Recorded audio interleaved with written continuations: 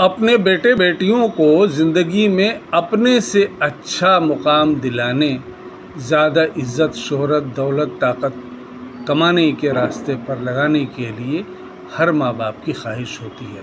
हमारे पास तो देश के मुख्तलिफ़ हिस्सों से फ़ोन आते रहते हैं, रोज़ाना दर्जनों फ़ोन और मैसेजेस आते हैं और जानकर देखकर ये खुशी होती है कि रिक्शा वाला भी अपने बेटे को डॉक्टर बनाने के लिए तन मन धन से लग गया था और आज उसका बेटा MBBS में है, पढ़ाई कर रहा है। लेकिन अब रिक्शे वाले की आमदनी जो है कम है, सरकारी मेडिकल कॉलेज में पढ़ाई कर रहा है, फिर भी उसको सपोर्ट की ज़रूरत है। तो इस तरह से MBA हुआ, इंजीनियरिंग हुआ, लॉ हुआ, तरह तरह के लोगों के फ़ोन आते हैं। जानकर खुशी होती है कि अपने देश में, अपनी कौम में इतने टैलेंटेड लड़के लड़कियां हैं। जैसे आज ही एक बिहार से एक लेडी का फ़ोन आया कि वो ये जानना चाहती थी कि स्टूडेंट क्रेडिट कार्ड पे इंटरेस्ट कितना होता है। देखिए, कुछ स्टेट्स ने, जैसे बिहार है, झारखंड है, वेस्ट बंगाल है, इन्होंने स्टूडेंट्स की पढ़ाई के लिए स्टूडेंट क्रेडिट कार्ड इशू किया है, करते हैं, जिसके तहत प्रोफेशनल कोर्सेज में एडमिशन पाने वाले लड़के लड़कियों के लिए सरकार इंटरेस्ट एजुकेशन लोन बैंक्स के ज़रिए दिलवाती है और उसमें इंटरेस्ट रेट जो है 5% होता है। नॉर्मली बैंक्स का इंटरेस्ट रेट 10%, 11%, 12% होता है, लेकिन 5% इंटरेस्ट रेट सरकार के कहने पर ये बैंक्स देते हैं और जो उनका बाकी 5% है, मान लीजिए बैंक इंटरेस्ट 10% है किसी बैंक का, तो 5% स्टूडेंट देता है, 5% सरकार देती है। माने बैंक अपना 10% इंटरेस्ट लेता है, लेकिन 5% उसमें सरकार देती है। सरकारों की अपनी ये पॉलिटिकल डिसीजंस होते हैं और सरकारों की अपनी पॉलिसीज़ होती हैं इस सिलसिले में। कुछ सरकारें देती हैं, कुछ सरकारें नहीं देती हैं। जैसे उत्तर प्रदेश में नहीं है, मध्य प्रदेश में नहीं है और बहुत सारे स्टेट्स में नहीं है, लेकिन बंगाल में है, बिहार में है, झारखंड में है, वगैरह वगैरह।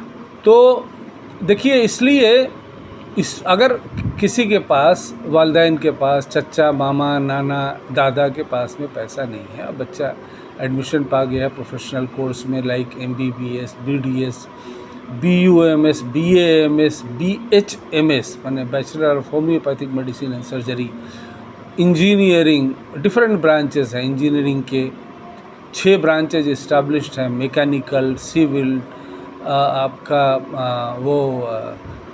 कंप्यूटर और देखिए केमिकल वगैरह वगैरह, ये मैं नाम बोल रहा हूँ सबका। और उसके अलावा लॉ, उसके अलावा MBA में भी 4 ब्रांचेस जनरली हैं, MBA marketing, HR, international business, this that वगैरह वगैरह। तो माँ बाप को चाहिए कि अपने बच्चों की पढ़ाई में अपनी गरीबी को बीच में ना आने दें।